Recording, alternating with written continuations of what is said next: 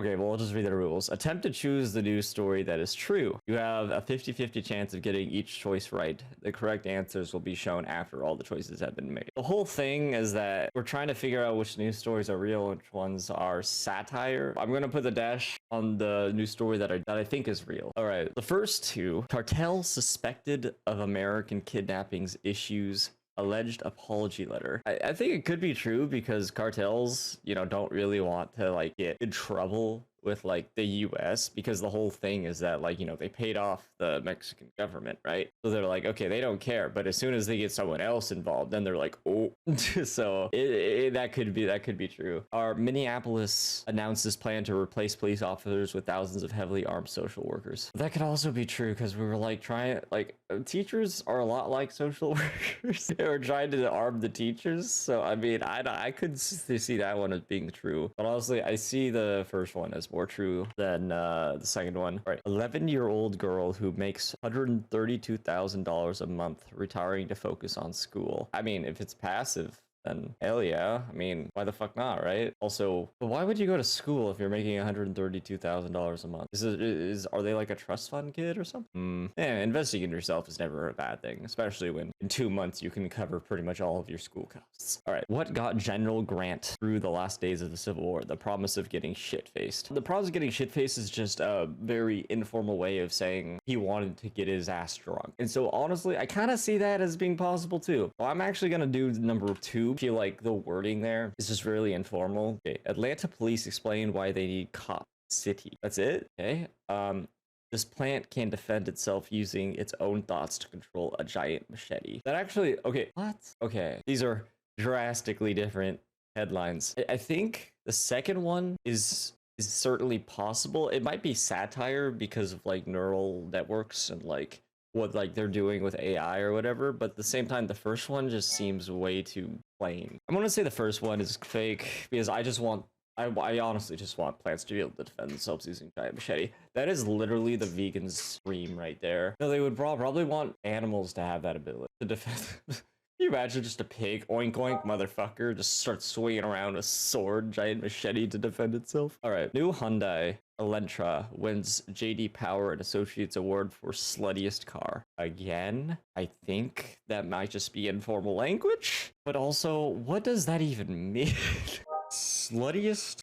But like, what does that even mean? Like, what is a slutty car? Cars can't like be okay. In the human form, slut means like being with a lot of people, right? Can a car do that? Like maybe like the engine of it has been with a lot of different like inside a lot of different forgot like builds bodies or something, but I don't understand that word usage there. Okay, Japan is promoting trash collecting as a competitive sport. Yeah, I'm gonna go with that one. Yeah, that one sounds. I want that one to be true. To be honest with you, that sounds like a great idea. This first one, it doesn't not sound like a great idea, but it also just like this second one is just something I want in life. Competitive trash collecting sounds like a great sport that should be promoted. The winnings would probably be like how much you recycle, and like you would go to like a Recology or whatever to turn it in, and then you get like $10 for collecting after like 2 weeks. Okay, that'll be $3, says Trump after handing water bottle to sick Ohio resident. He could have said it. He could have just said it like jokingly because I remember he was handing out water bottles. So I mean, it's possible that someone just overheard him say that. But at the same time, it might just be satirical because Trump is Trump, and you could easily think that's true. The point of this.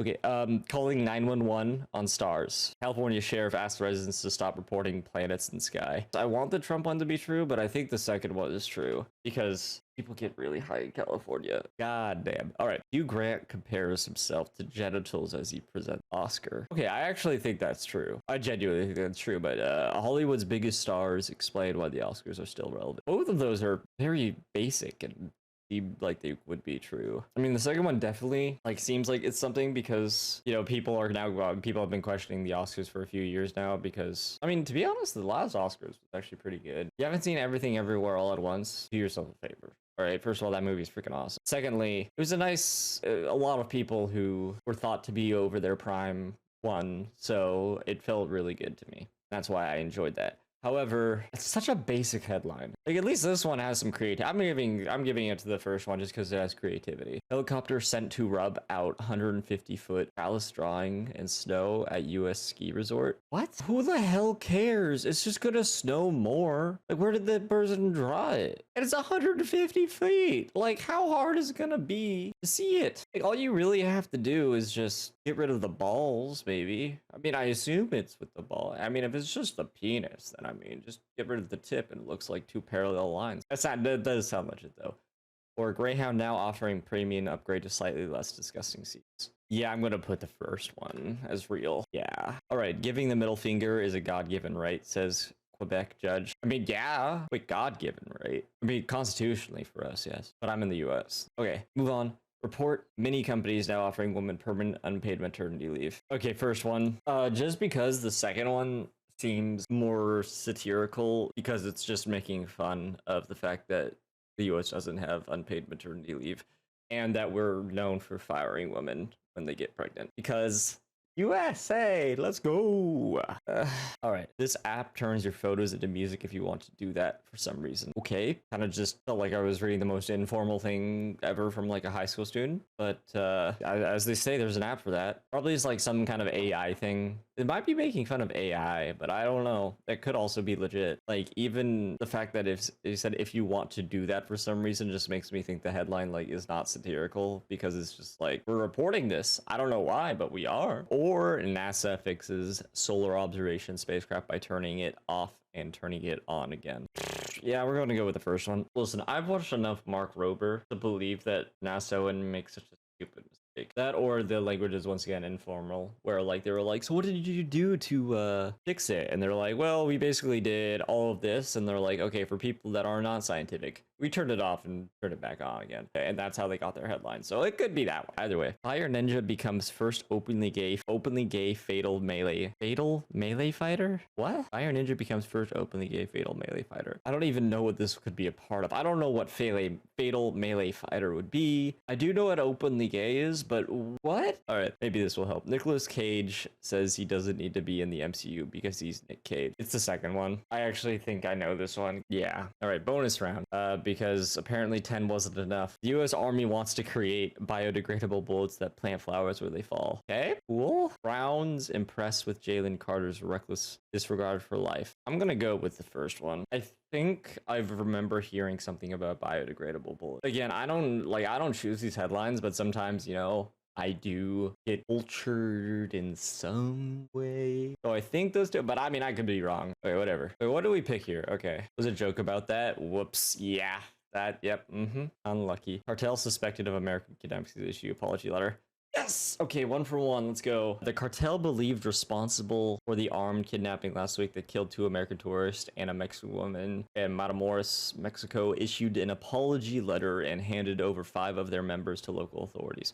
According to images circulating online and a version of the letter obtained by CNN from an official familiar with the ongoing investigations, the source told CNN that investigators believe the letter to be authentic. The cartel apologizes to the Society of Matamoros, relatives of Miss Arley, and the affected American people and families. Reads the handwritten letter referring to a Mexican woman who was also killed in the shootout. Yeah, okay. As I said, I feel like cartels are like, if it happens in Mexico to a Mexican person, it's fine. But as soon as we get someone else involved, shit's bad for us. Because like the whole point is that they don't want to make enemies with someone they don't have under their payroll, basically. The Gulf Cartel Scorpion Group strongly condemns the events of last Friday. The letter continues referring to a division of the cartel. For this reason, we decided to hand over to those directly involved and responsible for the acts who at all times acted under their own determination in discipline and against the rules which the Gulf Cartel always operated. See, guys, even cartels operate with a set of, which is better than I could say for the US when it comes to war crimes. And now I'm on the FBI's Most Wanted. All right, cool. All right. Okay, we're 1 for 1, but we're just going to we're going to do that at the top just to see what we're at the end. 11-year-old who makes $132,000 a month retiring to focus on school? Or what got General Grant through the last days of the Civil War? The promise of getting shit-faced. All right. That already has a really big kink about something that I don't want to go into. All right. Wait, what? Seriously? Goddamn. All right. See, ready to feel bad about your life. Who's that 11-year-old girl who makes is semi-retiring to focus on school? Okay. Most of us could only dream of departing work in our 40s or 50s with government benefits in the U.S. not starting until our ripe old age of 7. I'm just gonna say it. Could the US just make it 69 just for the joke? Like I'm guessing I'm going to have to work that long anyways. But if they made it 69, that'd be great. All right, either way. But for the entrepreneurial young Pixie Curtis. Is that her actual name? I don't know. Something about Pixie just doesn't roll with me. She's able to step back before her 12th birthday. The Aussie schoolgirl has enjoyed financial success after launching a multi-million-dollar empire through Pixie Picks, an online shop selling a range of accessories. Although the business really took off during the pandemic when the 11-year-old started selling fidget toys, she's now semi-retiring to focus on her schoolwork. Speaking to news.com, blah, blah, blah, blah, Pixie's PR Magul mom and manager Roxy Jacinko revealed that her daughter's fidget business made AU 200,000 its first month. It has proved so successful, Pixie could technically retire at 15 years old as a millionaire in this economy. And it will come as no surprise that the young tycoon has enjoyed the fruits of her fortune, including a lavish birthday party that cost a reported $26,000. Pixie also owns a $178,000 Mercedes-Benz, despite the fact that she's years away from being able to drive it. I was gonna say, you might wonder why she'd want to step away from such an accomplished business, but with high school just around the corner, she's hoping to graduate before making any major life decisions. What's more, it doesn't mean the end for a company. I'd assume not. Okay, first of all, what is this face? The face of, I will murder this little girl for money. All right, so she basically just Walmarted? I mean, good for her, I guess, but also, hello? Damn it, we're 1 for 2 now. Damn you, little girl, and your success. You've ruined my own success. Okay, plant can defend itself. Damn it. Is it possible, like, that this shit's going too far? Also, like, this is literally a vegan's worst nightmare. All right, hold up. Hold on to your gardening gloves, folks, because we've got a new addition to the plant kingdom that you won't want to mess with. Meet the Boston fern equipped with a machete, or as we like to call it, the machete wielding plant. Artist David Bowen taken our love for technology and nature to the next level with his latest creation. The robotic installation features a plant with a machete that it can move around to simulate an attack. Yes, you read the right, a plant that attacks. Now, at first glance, you might be wondering why in the world someone would create such a bizarre and slightly unnerving piece, but fear not, my fellow green thumbs, for Bowen has a purpose. He wants to bring attention to the exploitation and manipulation of nature by humans. And what way to do that than with a plant holding a sharp object? I don't know. Ask Greta Thunberg. I'm kind of glad this was it and not the Cop City one. So, you know, I'm just going to count my losses and just head on. All right. Something about Japan. Let's go. That's what I like to see, Japan. Good job. Japan has been promoting trash collecting as a competitive sport, and it's actually kind of working. In Japan, garbage collection is taken very seriously. Okay. Or the Japanese are known for their impeccable cleanliness, and the country streets are among the cleanest in the world. In recent years, Japan has taken its commitment to cleanliness to a whole new level by turning trash collecting into a sport. The sport has gained popularity in recent years with more and more teams signing up to participate in the competitions across the country, with Japan hosting the first ever Spogomi World Cup in November of 2023. No, it's only justifiable, right? That they would continue on with that. $3 or 9/11. All right, calling 911 on stars. California sheriff asked residents to stop reporting planets in the sky. I fucking knew it, dude. Never underestimate the intelligence of a high person. 2 shiny dots in the sky Wednesday night apparently startled some residents in California's Central Valley. Okay, I don't know what county that is, so I can't, vouch or say anything about it. California's a big place, all right, guys. The county sheriff took to Facebook Thursday to tell people they shouldn't call 911, as NASA confirmed the stars were in fact Jupiter and Venus. There's no reason to report this, the sheriff said, adding they received multiple calls to the dispatch. The 2 planets were incredibly close as Venus slowly shifted towards Jupiter, passing each other just half a degree apart. The comments on sheriff post brought a little humor to the situation. Calling 911 on stars is a new one, responded to one resident. I love the thought process. Oh my god, what is that in the sky? Maybe the sheriff can help. All right, I mean, honestly, I'm kind of happy that was the that was the one, All right, what is this one? Hugh Grant compares himself to Jendals. Yes! Oh god, I'm on a roll. Let's go, guys. Okay, Hugh Grant compares himself to Jendals. Based person. That is all I can say. Actor Hugh Grant compared himself to Jendals as he reunited with 4 weddings and a funeral co-star Andy McDowell on stage at the Oscars. The pair were presenting the award for Best Production Design at the 95th Academy Awards on Sunday, 3 decades after starring in the 1994 romantic comedy with depicted Grant's bumbling character Charles vying for the attention of Carrie, played by McDowell. The Notting Hill actor 62 used the opportunity on stage to urge others to find a good moisturizer as he joked about his appearance experience. Like, I kind of, it's like a Clint Eastwood-esque look, except he's not fucking crazy, I think. We're actually here to do two things, Grant said. First is to raise awareness about the vital importance of using a good moisturizer. Andy's been wearing one every day for the last 29 years. I've never used one in my life. Still stunning, he said, gesturing to McDowell. Basically a scrotum. Okay. See, why do people want the Oscars gone? This shit's comedy gold. All right, trying not to like look at like the actual thing. Helicopter sent to robot. Hey, let's go.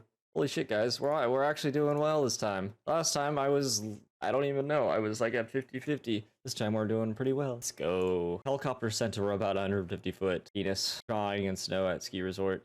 For some reason, I didn't comprehend what it meant by 150 feet. That is 15 stories large right there.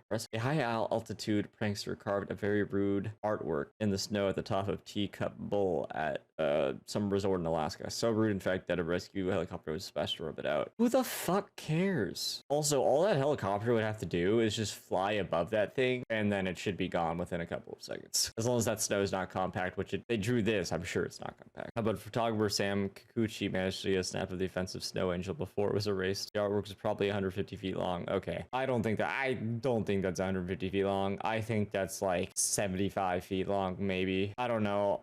He told the Daily Star adding that there is currently no word on who might have created it. What a fucking legend. And only in Alaska would they be like, this is rude. How dare you? It's a penis. Who the fuck cares? Sorry, what was the name of the reporter? Sam Kikuchi? Alright, now I have to search it up if this guy's like legit. Plenty of people have the name Kikuchi, okay? Come on, babe. You're better than this. My last name's Cox, alright? It's right there. Alright, giving the middle finger is God-given right. Alright. Middle finger is God-given right.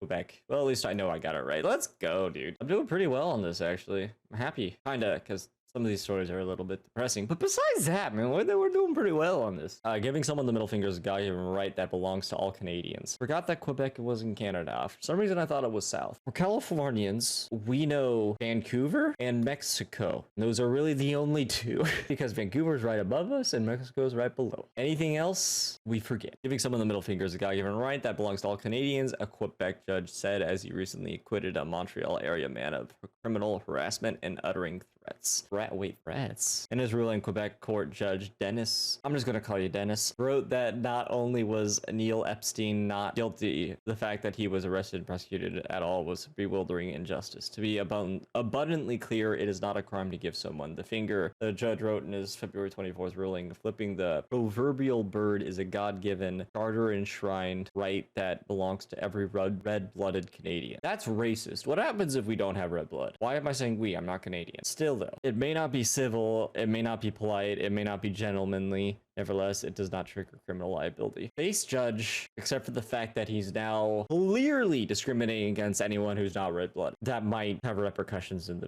the future. I'm saying. Either way, we got it right, and that's what really matters, yeah? That's a really... you son of a bitch. Hey, 6 for 9. I am an adult. NASA fixes solar observation spacecraft by training.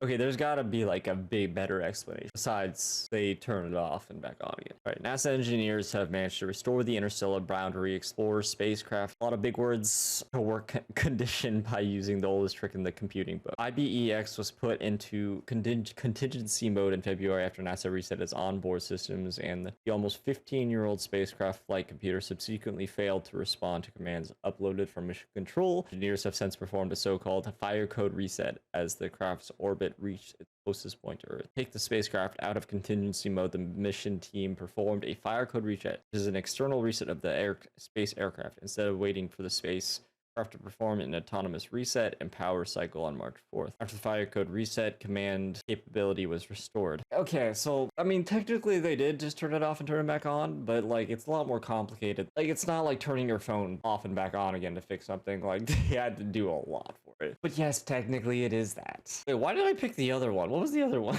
Oh, right, I picked that one just because I felt like the other story was too true, you know? Because I'm an idiot. Alright, Nicolas Cage, yep, fucking got him. 7 for 10. Hey, that's a passing grade. Let's go. It's mainly because I actually remember hearing about this. I don't need to be in the MCU. I'm Nick Cage. Yeah, but it's a good pay grade, my guy, and someone who seems to be on the downtrend when it comes to movie quality. You might want to... Actually, that's not entirely true. The last movie he did, The Unbearable Weight of Massive Talent, was actually really good. And then Renfield is getting really good reviews. Never mind, I'm stupid. You know what? You do it. You do you. Nicolas Cage has no plans to join the MCU, and he has the perfect reason why. The actor was asked about superhero movies of Miami Film Festival, where he picked up the Variety Legend and Groundbreaker Award. I've got to be nice about Marvel movies because I named myself after a Stan Lee character named Luke Cage. Wait, he named himself? What? Okay, what am I going to do? Put Marvel movies down? Stan Lee is my surrealistic father. He named me. He told Variety. I understand what the frustration is. I get it, but I think there's plenty of room for everybody. I'm seeing movies like Tar, seeing all kinds of artistic and independently driven movies. I think there's plenty of room for everybody. When asked if he could ever join the MCU,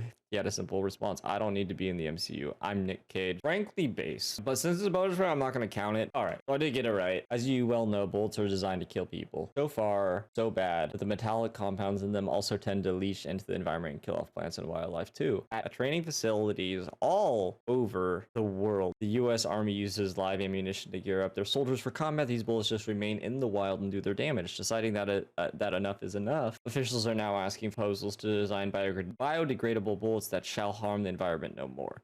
Not only that, but they are hoping that the bullets will contain seeds specialized for each local environment. We're just like, we might be committing war crimes, guys, but now we're going to save the environment while doing it. Have we considered just not shooting people? Fuck, man. I swear, sometimes the US is just like, okay, can't solve this issue, but what happens if we use this issue to solve another issue? And I'm like, hello? Either way, guys, that's another episode of Real or Fake News. If you enjoyed, make sure to hit that follow button on Twitch, and if you're watching this on YouTube, maybe hit that like button, the subscribe button, and perhaps leave a comment giving suggestions. Either way, thank you for watching.